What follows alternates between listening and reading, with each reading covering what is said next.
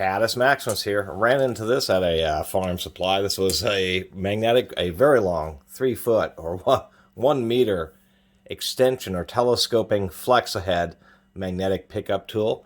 Surprisingly enough, they are rating it for 3 pounds of lifting force against a 1/2 inch piece of steel. So at least they're rating it against thick steels. It's unfortunately made in China, but it is a Colorado-based company. Such a simple object, they could make it domestically. Because it's a threaded metal tube with a threaded collar and a plastic compression fitting little plastic dip handle and the magnetic head. It's a 1/2 inch diameter magnetic head, but it is pretty handy. I should mention that it is 20 inches and it has 1¼ feet or 16 inches of extension. So this little collar works just like hiking poles or camera tripod legs, where it just has a plastic compression fitting right inside there. And then this collar just jams it down into the end of the tube, causing it to collapse. The one issue I have is if you just do it normally, it still kind of wants to slip, so you really have to crunch it down. But the advantage of this thing is you just get a huge amount of extension. Just the extension out of this tool is longer than most rigid telescoping magnetic tools, kind of like this Lyle. This Lyle is a small pocket version. It's a combination where it's a radio antenna telescoping, but also has the flexible head that comes out and allows you to get around real convoluted corners. So I do like this Lyle. It's one of my favorite ones. Harbor Freight has one, but it only extends like this far, so I really like this Lyle one. Besides that, this is just a larger and heavier duty version where you can flex it. What I do like about it is the fact that, one, it sticks to everything, is that this will simply reach places where you just can't get at. You have the option of both having a rigid magnetic pickup tool as well as a tool that you can flex around into just any sort of old crazy kind of situation and get out whatever object that you've dropped. And the distinct advantage of this one is if you only need something so long, you can pull it out partially. And the whole plastic fitting actually works pretty well for straightening it as you're pushing it in and out, but that it does lock, and so it won't pull out. The problem with this one is you may be in a situation where you don't want it to extend, and then as you're using it, it's actually pulling itself out. Or on something like this, it won't pull itself out, and it will maintain that specific distance.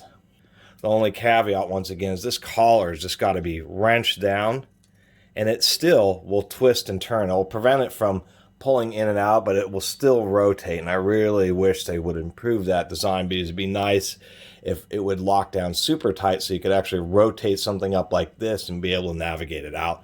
I think that's just a bit of a short sight, although there may be a way to get it to hold a little bit tighter, maybe by, let me straighten this out a little bit, maybe by doing something like splitting the aluminum tube itself, or maybe this plastic collar, because this is a solid plastic collar. If I work it out here, it takes a second.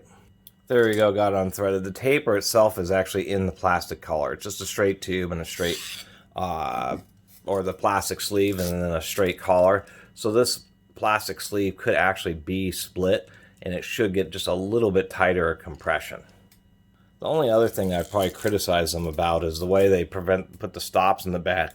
It's just a couple little dots of weld, and I could easily see those just breaking off and this thing falling apart.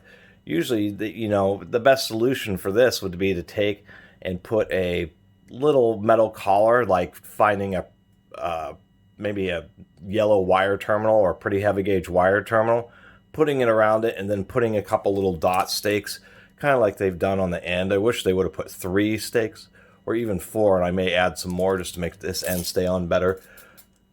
The welds can be good, but those 2 little dots can also easily pop off, and it would certainly be unfortunate when that happens, especially if it falls off into whatever you're trying to retrieve some kind of fastener or item from. Besides that, not really a ton else to say, besides I thought this was a pretty cool magnetic tool. We can get this thing threaded up again. There we go. Just mainly because it is flexible and just has a huge amount of flex and a huge amount of length. And that's really the deal with this. These large flex tools, kind of like this big long performance tool, both combination grab and magnetic pickup tool. It's so handy just because it gets into places where nothing else can. But the big issue I had with the performance tool is this is just a spring, so it always wants to go straight. And many times, wherever you're trying to reach, you don't want it to be springing around. You want it to be able to actually articulate a particular shape and be able to get this into whatever place you're trying to get it into. And my understanding from some viewers who do work on aircraft, including a very long time and well-supporting viewer, is the fact that if you lose any kind of sockets or fasteners in an aircraft, it's a no-flight condition until you find it. You can't have loose parts floating around. So it's pretty important. So something like this where you have long, narrow spaces like an aircraft, I think could be a lifesaver. It could be a lifesaver in many situations, but I'm actually pretty stoked to pick this up and actually think it's a pretty good idea just to have a really nice oversized magnetic pickup tool. And I do like the fact that it does fully retract and still lock in, so you can use it as just a regular old straight pickup tool when you want.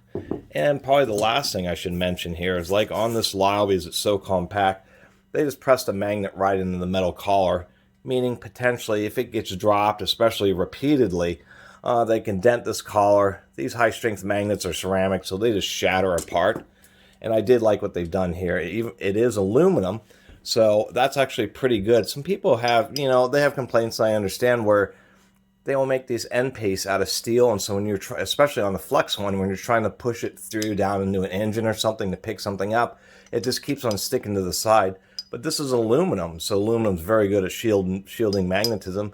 Almost none on the side, but easily has more enough power to hold this plate in the front. And the fact that they put an extra little ring, steel ring around the magnet, known as a buffer ring, to help protect the magnet. So if you do drop it, it's a little bit less likely to get shattered. So at least it has a decent design. You do have to screw it on really tight, but because of those straight cuts and that the fact that they're pretty sharp, at least you can get a good enough grip to tighten it up. And it's really a perfect match to the Lyle. If we take a look at the Lyle, this thing all the way collapsed is almost the same length as this Lyle is when it's fully extended. Not really much else to...